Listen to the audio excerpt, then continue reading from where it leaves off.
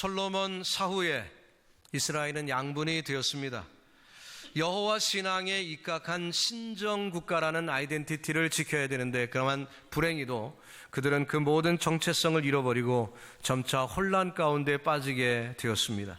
왕들은 하나님의 말씀을 떠났으며, 정치인들은 뇌물을 좋아했고, 법관들은 불의한 판결을 서슴없이 저지르고 있었습니다. 희망을 잃은 백성들이 하나님께 돌아와야만 했는데, 그들은 하나님을 저버리며 오히려 자기의 욕망을 추구하고 사는 삶으로 떨어지고 말았습니다. 심지어 하나님 대신 바알과 아세라를 섬기는 등 우상을 섬기는 일까지 자행하고 있었습니다. 자, 이때 등장한 인물이 우시야라는 임금입니다. 16살, 정말 어린 나이에 왕에 등극해서 52년 동안 이스라엘 역사상 최장수 군주로 그 사역을 감당하지요. 군사적으로, 정치적으로 탁월한 리더였고, 행정가로서도 뛰어난 사람이었습니다. 정치와 경제 모든 면에서 유다 왕국을 훌륭하게 이끌었습니다. 그리고 선지자들의 조언을 들어서 종교 개혁을 일으키기도 했습니다. 선지자 이사야는, 오늘 본문을 기록하고 있는 이사야는 왕실 가문 중에 한 사람이었기에 이 우시야와는 밀접한 관계에 있었습니다.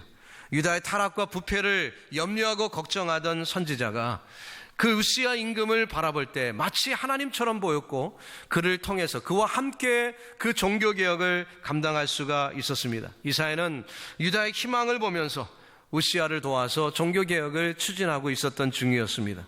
그런데 개혁이 어느 정도 무르익어가는 그 무렵에 갑자기 우시야 임금이 문둥병에 걸리더니 그만 외딴 곳에 격리되어 죽게 됩니다. 오늘 본문 우시야가 죽었다는 이 말씀, 이사야 6장 1절의 이 말씀은 너무나도 중요한 말씀입니다. 사실 그날까지 이사야도 수없이 다른 사람들처럼 성전에 드나드는 경험이 있었을 것입니다. 근데 하필 그때 우시야가 죽은 직후에 하나님의 영광을 새롭게 대면하는 그런 놀라운 축복을 경험하게 됩니다. 그것은 특이한 일이 아닐 수가 없습니다. 이 말씀을 거꾸로 읽으면 어떤 뜻이 되는 거죠? 거꾸로 읽으면 이사야에게는 적어도 하나님의 영광을 대면하는 일을 방해하는 가림막이 있었는데, 그 장벽이 바로 우시야였다는 것입니다. 우시야의 실존이, 우시야의 존재가 그만 이사야에게는 하나님을 대면하지 못하게 만드는 방해적인 요소였다는 것이죠. 우시야는 유다 나라의 보기 드문 훌륭한 임금이었습니다. 그는 다윗과 솔로몬 시절에 영화에 버금갈 정도로 이 유다 땅을 번영케 하였습니다. 하지만 그를 위대한 왕으로 사람들이 기억하기보다는 문둥이 임금으로 사람들은 더 많이 기억하게 되었죠.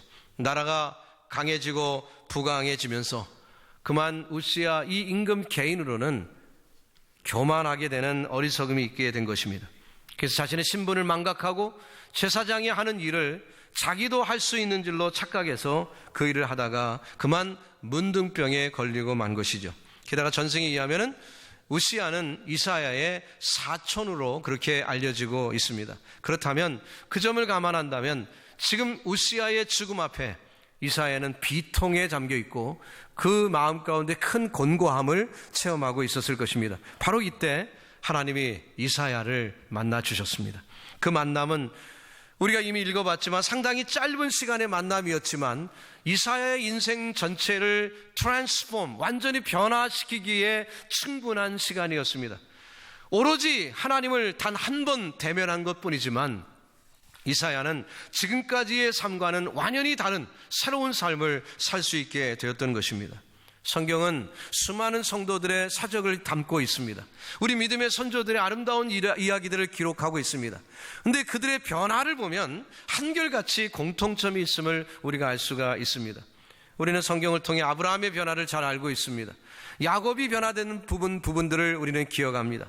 다윗의 변화도 역시 우리가 성경을 통해 잘 알고 있습니다. 신약으로 넘어오면은 사도들의 변화와 또 나아가서 사도 바울이 변하는 그 아주 다이나믹한 그 변화의 순간을 우리는 알고 있고요. 삭개오가 변화되는 그 순간도 알고 있습니다.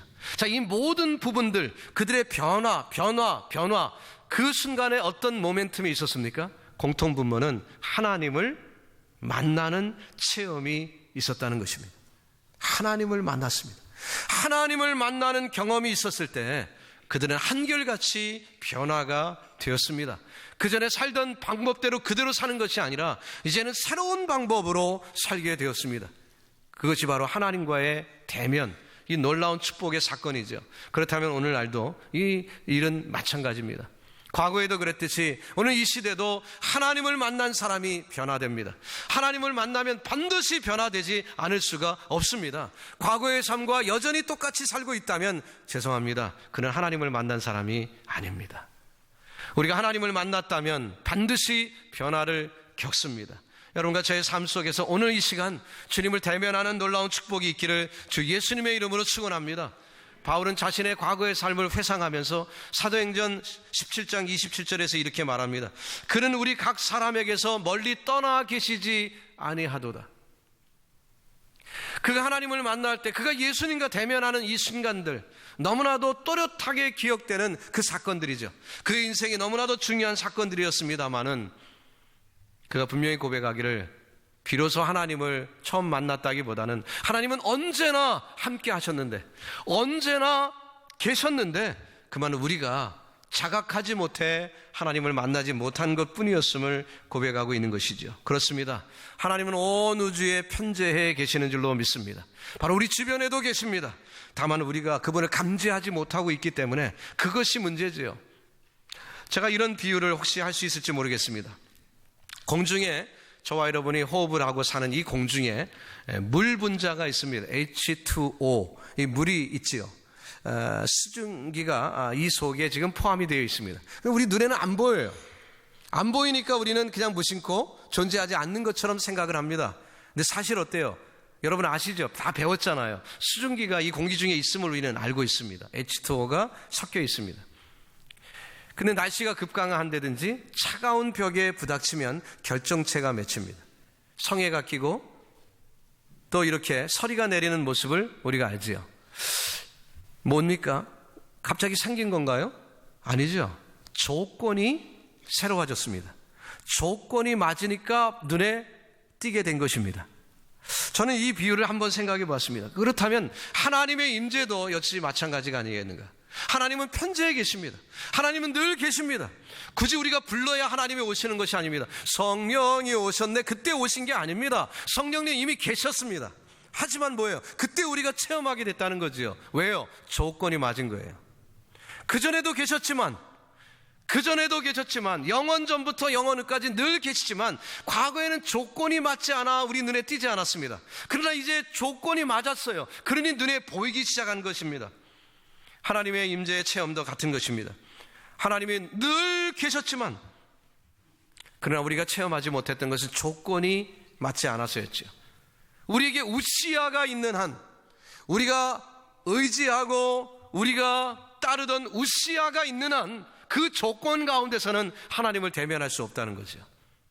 우시아가 떠났을 때, 우시아가 죽었을 때, 의지하던 것이 사라졌을 때 조건이 맞아요. 이제 드디어 하나님을 만날 준비가 된 것입니다. 그래서 이사야는 그때 하나님을 만날 수가 있었던 것입니다. 여러분, 세상에 믿는 구석이 있으십니까? 죄송합니다. 우리가 믿는 구석이 있고서는요, 하나님을 만날 조건이 되지 않습니다. 성경 인물들이 하나님을 만나는 사건들을 보십시오. 한결같이 믿는 구석이 사라졌을 때, 믿는 의지하던 그것이 타이든 자이든 간에 사라졌을 때 그들이 하나님을 만납니다. 여러분, 오늘 이 예배 시간에 집중합시다. 간절함을 가집시다. 내가 세상에서 믿던 구석들, 물질이 있든 명예가 있든 누가 어떤 사람이 있든 내 부모이든 내 형제이든 내 아내든 내 남편이든 믿는 구석이 있었을 때 하나님을 직접 대면하는 일은 어렵습니다. 여러분, 세상에 의지하던 거 다 내려놓으시고 주님 만나기를 예수님의 이름으로 축복합니다. 예수님은, 하나님은, 성령님은 이 예배를 너무나 좋아하십니다. 주님은 정말 예배를 좋아하시기 때문에 예배 때 만나기를 원하십니다. 지금 이사야가 하나님을 대면한 순간도 언제였습니까? 예배 드리는 시간이었습니다. 예배 때 그가 하나님을 대면합니다. 특히 신령과 진정으로 예배 드릴 때 하나님은 기뻐하십니다.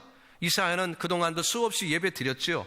하지만 그날은 달랐습니다. 세상에 의지하던 거 다 내려놨습니다. 집중하여 이스라엘의 미래와 자신의 미래, 이 허무한 인생을 바라보면서 하나님 앞에 간절히 기도하는 심령이 되었을 때 그는 하나님의 임재를 체험하게 된 것입니다. 그 이전의 예배와 지금 그의 예배가 무엇이 달랐다고요? 의지하던 것, 그런 것들을 내려놓은 것이 차이점이었죠. 조건은 단 한 가지였습니다. 우시아가 죽던 해, 그렇죠, 그때였습니다.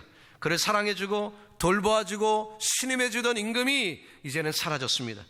우리가 세상 왕을 의지하고 있을 때 하나님은 우리에게 나타나시지 않습니다. 우리는 동시에 두 임금을 섬길 능력이 없기 때문이지요. 돈은 일만하게 뿌리가 되기 때문에 돈을 사랑하지 말라는 말씀과 함께 우리가 두 주인을 섬길 수 없다는 말씀이 나오지 않습니까? 그렇습니다. 우리는 두 주인을 섬길 수가 없습니다. 우리 마음속에 다른 것을 갖고 있는 한 우리는 하나님의 종이 아닙니다. 우리가 다른 것을 내려놓을 수 있을 때, 우리 마음속에 있는 우시아를 정리할 때, 우시아 신드롬에서 벗어날 때 비로소 우리가 하나님을 온전히 대면할 수 있는 줄로 믿습니다. 이 시간 사랑하는 성도 여러분, 저와 여러분의 마음 가운데 무엇이 여러분의 우시아였습니까? 여러분들이 의지하던 바가 무엇이었습니까? 여러분이 건강합니까? 재물이 좀 있나요? 세상에서 의지하던 사람이 있습니까? 그것이 누구입니까? 그 모든 건 내려놓을 수 있기를 바랍니다. 떠나 보내야 합니다. 그래야만 주님과 대면할 수 있어요. 역대하 26장 16절에 보니까 저가 강성하여짐에, 저는 우시아죠, 그 마음이 교만하여 악을 행하여 그 하나님 여호와께 범죄하되 곧 여호와의 전에 들어가서 향단에 분향하려 한지라. 그는 여전히 선왕이었습니다. 그는 여전히 세상에서 추앙받는 임금이었고요, 그는 여전히 유다 땅을 부강하게 만들고 있었습니다. 유다가 약해진 것이 아니었습니다. 그러나 불행히도 그 개인은 그 많은 풍요와 부요 가운데 교만하게 되어 실패하고 말았습니다. 선줄로 생각하는 자는 넘어질까 조심하라. 선줄로 생각하는 것이 문제죠. 이만하면 됐다, 누가 나만해, 이 정도면 됐지. 천만의 말씀이에요. 천만의 말씀이에요. 넘어질까 조심하라. 주님은 경고하십니다. 우시아는 열심은 있었습니다. 많은 것을 성취했습니다. 선한 뜻을 가지고 해왔지만 불행히도 그는 교만하게 됐습니다. 성전 분향은 제사장만이 할 수 있는 일이었습니다. 그러나 자기가 왕으로서 해서는 안 될 그 일을 그는 못할 것이 없다, 스스로 아무렇게나 생각하고 만 것입니다. 하나님은 화려한 예배나 멋진 의복보다 상한 심령을 원하십니다. 상처받은 아픔을, 그 가난한 심령을 주님 앞에 쏟아붓는 그들의 모습 보기를 원하십니다. 우시아의 첫 출발은 아름다웠지만 불행히도 그는 권력이 주는 매력 앞에 무릎을 꿇고 교만해지고 말았습니다. 하필 이 일은, 우시아가 타락하는 그 일은 그도 예배드리는 시간에 벌어지고 말았습니다. 참 아이러니컬하지 않습니까? 이사야가 돌아오는 순간도 예배 시간이었고 우시아가 부패하여 실패하는 시간도 예배 시간이었습니다. 그는 예배를 통하여 하나님의 축복을 기대하였지만 그가 얻은 것은 문둥병이었습니다. 결국 별궁으로 밀려나 아들이 섭정하게 되었고 죽은 후에도 열조의 묘에 들어가지 못하는 비참한 슬픈 임금이 되고 말았습니다. 저는 오늘 말씀을 준비하면서 다른 이가 아닌 바로 우리 한국교회가 이 우시아 신드롬에 빠져 있지 않나 생각해 봤습니다. 여러분, 우리 한국 사람 너무 교만해졌죠. 지난 반만 년의 역사 가운데 한국이 이렇게 잘 산 적이 없었습니다. 아시안게임 2위, 올림픽에 몇 등 하는, 전 세계에서 몇 위 가는 나라요? 꿈도 못 꿔보던 일이에요. 우리는 5,000년 동안 중국을 사대하면서 쩔쩔매던 나라였습니다. 근데 요즘 우리 한국 사람, 중국 사람들 우습게 여기잖아요. 어떻게 된 것입니까? 잘 살게 됐어요. 그러나 교만하지 않습니까?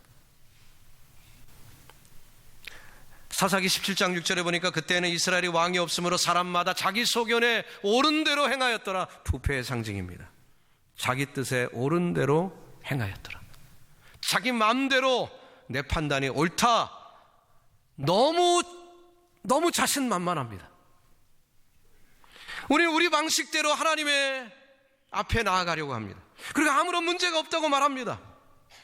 하나님께서 무엇을 좋아하실까 생각하기보다 우리가 좋게 생각하는 방식대로 살아가고 방식대로 예배 드리면서 하나님이 용인해 주실 것이라고 장담합니다.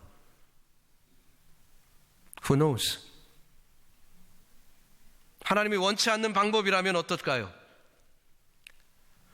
기막힌 설교, 화려한 장식, 아름답고 고급스러운 음악,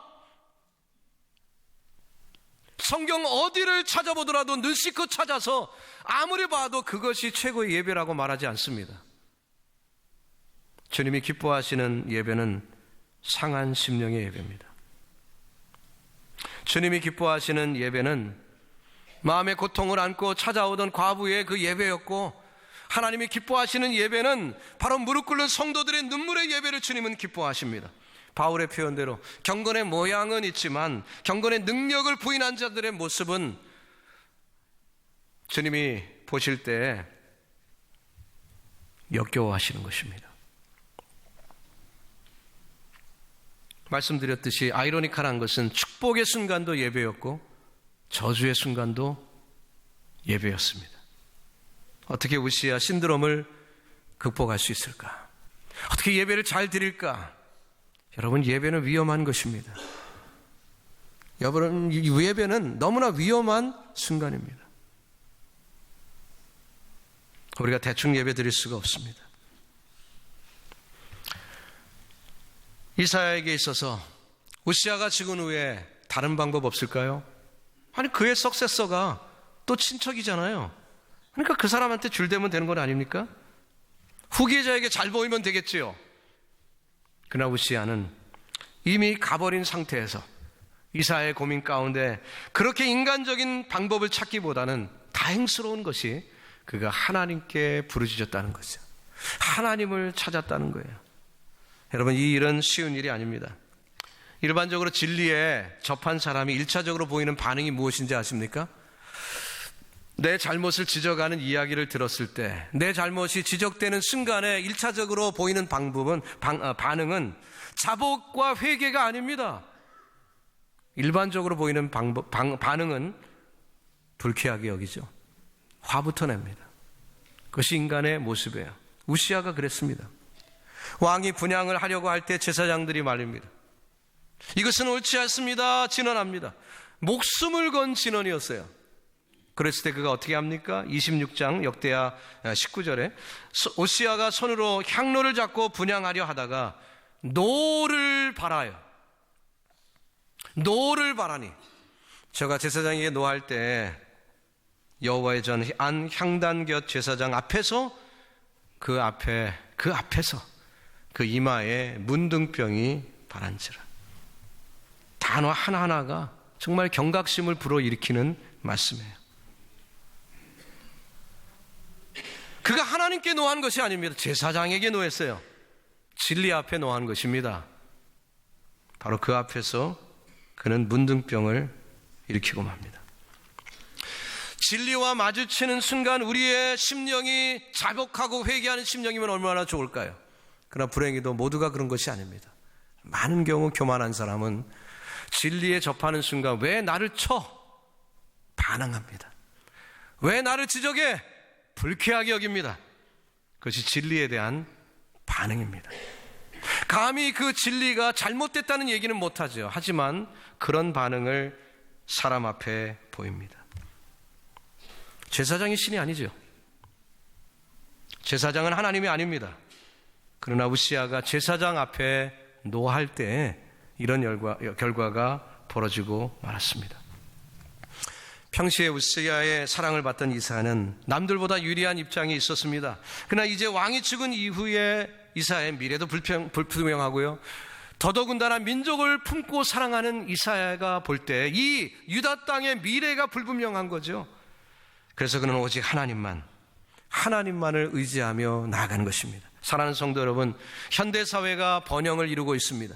요즘 시대에 정말 이 미국에 사는 우리는요, 풍요 가운데 있습니다. 아무리 미국에서 어렵다 해도요, 아무리 어렵다 해도 전 세계 인구들과 비교해 보십시오.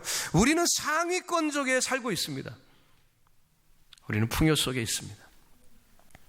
교만이 눈앞에 있다는 얘기죠. 사랑하는 성도 여러분, 이 말씀 앞에 이사야의 부복처럼 저와 여러분의 부복이 있기를 주 예수님의 이름으로 축원합니다. 우시아 신드롬에서 자유하시기를 주님의 이름으로 축복합니다. 연세대학교 교수인 민경배 교수가 이 부분을 다루면서 이렇게 쓴 적이 있습니다.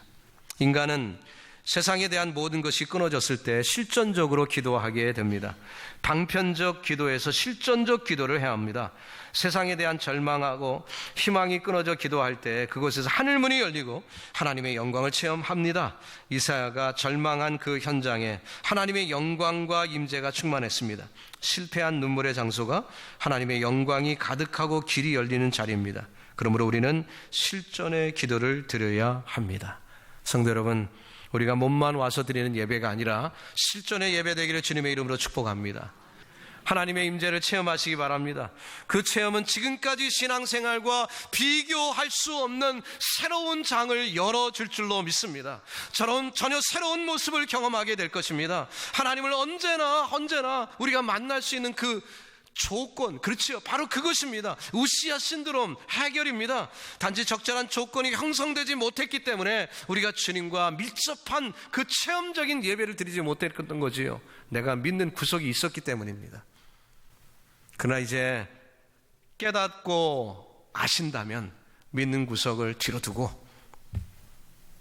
두고 주님 앞에 실존의 기도를 드리시기를 주님의 이름으로 축복합니다. 제왕의 사촌이었습니다. 존경받는 선지자입니다. 이사야요. 그동안 수없이 예배 드렸죠. 남부러울 것이 없었습니다. 오늘도 비슷한 상황이죠. 우리가 원한다면 모든 것을 얻을 수 있는 그런 시대에 우리가 살고 있는데 이것이 인간의 착각입니다. 바로 우시아가 살아있을 때의 이사야의 모습이었죠. 그동안 이사야요, 수없이 성전을 드나들었는데요, 과거에는 재물의 연기만 보았습니다. 그러나 지금은 실제로 주님을 체험하고 있습니다. 여러분, 이 예배가 저와 여러분에게 기쁨 되기를 주님의 이름으로 축복합니다. 찬양을 우리가 부를 때 건성으로 부르지 마시고 수동적으로 부르지 마시고 그 가사 하나를 정말 가슴에 안고 부를 수 있기를 바랍니다. 설교 시간에 그래 설교 잘하나 보자, 나를 한번 감동시켜봐, 물끄러미 그렇게 쳐다보며 예배드리지 마시고 말씀 속에서 하나님을 대면하기를 주님의 이름으로 축복합니다. 대표 기도자가 나와서 기도를 할 때는 예배 중에 지루한 한 시간 중에 인터미션, 쉬는 시간이다 생각해서 딴청 피우지 마시고 준비된 그 귀의 기도, 대표 기도자의 그 기도에 나도 내 마음을 실어서 같이 기도하는 시간 되기를 바랍니다. 여러분, 찬양 속에서, 말씀 속에서, 기도 속에서 우리는 수없이 하나님을 만날 수 있습니다. 그 대면의 축복이 있기를 바랍니다. 우리가 하나님을 어떻게 움직이겠어요? 물리적으로요? 불가능하죠. 우리는 하나님을, 그 위대한 하나님을 움직일 능력이 없습니다. 그러나 저와 여러분의 실존의 기도가 그것을 가능케 한다는 것을 아십니까? 이렇게 한번 비유해 볼게요. 제가 오래전에 저희 아이들이 어렸을 때 일입니다. 서재에서 책을 읽고 있는데 밖에 마당에서 애들이 놀다가 꽝 하고 소리가 나더니 뭐가 떨어진 거죠. 그러더니 우리 막내가요, 자지러지게 우는 소리가 나는 거예요. 큰일 난 거죠, 그죠? 네. 그래서 얼른 달려가 봤습니다. 자, 그 아이가 멋있게, 아버님, 제가 좀 곤란한 일이 벌어졌습니다. 저에게 와서 좀 도움을 주시죠. 이렇게 멋지게 미사력으로 저에게 무슨 예의를 갖춰갖고 한 거 아닙니다. 그 아이가 뭐 했어요? cry 한 것뿐이에요. 울었어요. 냅다 울었어요. 앙 하고 옵니다. 누가 도와줄 줄 알고요? 예, 방 안에 아빠가 있거든요. 예. 그러니까 그냥 울어버린 거예요. 예, 울어버린 거예요.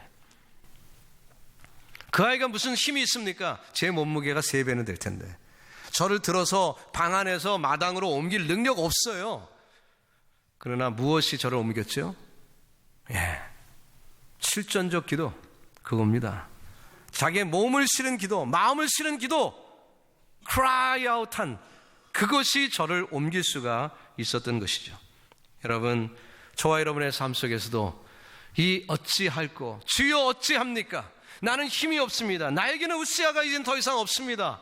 의지할 것 없습니다. 하나님밖에 없습니다. 울부짖는 저와 여러분의 기도를 주님은 들으실 수밖에 없고요. 그 엄청난 만유의 주제 창조주 하나님을 우리가 내 앞으로 옮겨 놓을 수 있는 그 능력이 저와 여러분의 실존의 기도에 있다는 것 기억하시기 바랍니다. 스랍들의 거룩하다 거룩하다 거룩하다 창화하며 소리하는 그 천군 천사들의 노래보다 아무리 그것이 요란하게 들리고 있는 순간이라 할지라도 우리가 주여 부르짖는 우리의 기도에 주님은 응답하시며 그 현장에 오실 수밖에 없다니까요. 여러분 그 은혜 누리시기를 주님의 이름으로 축복합니다. 이제 말씀을 정리하려고 합니다. 오래전에 나이키라는 회사에서 여러 선전 문구를 만든 중에 이런 문구가 있습니다. Just do it. 선전이 착 나온 다음에 Just do it. 그냥 하라고. 그런 그 문구가 나요. 자기네 신발 사라 그거죠.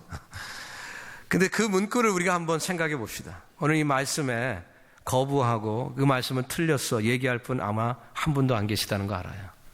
이 말씀 옳은 말씀이고 저 이 목사가 목이 터져라 외치는 말씀은 진리라는 것 여러분 다 아시잖아요. 그러면 just do it. 그렇게 하세요.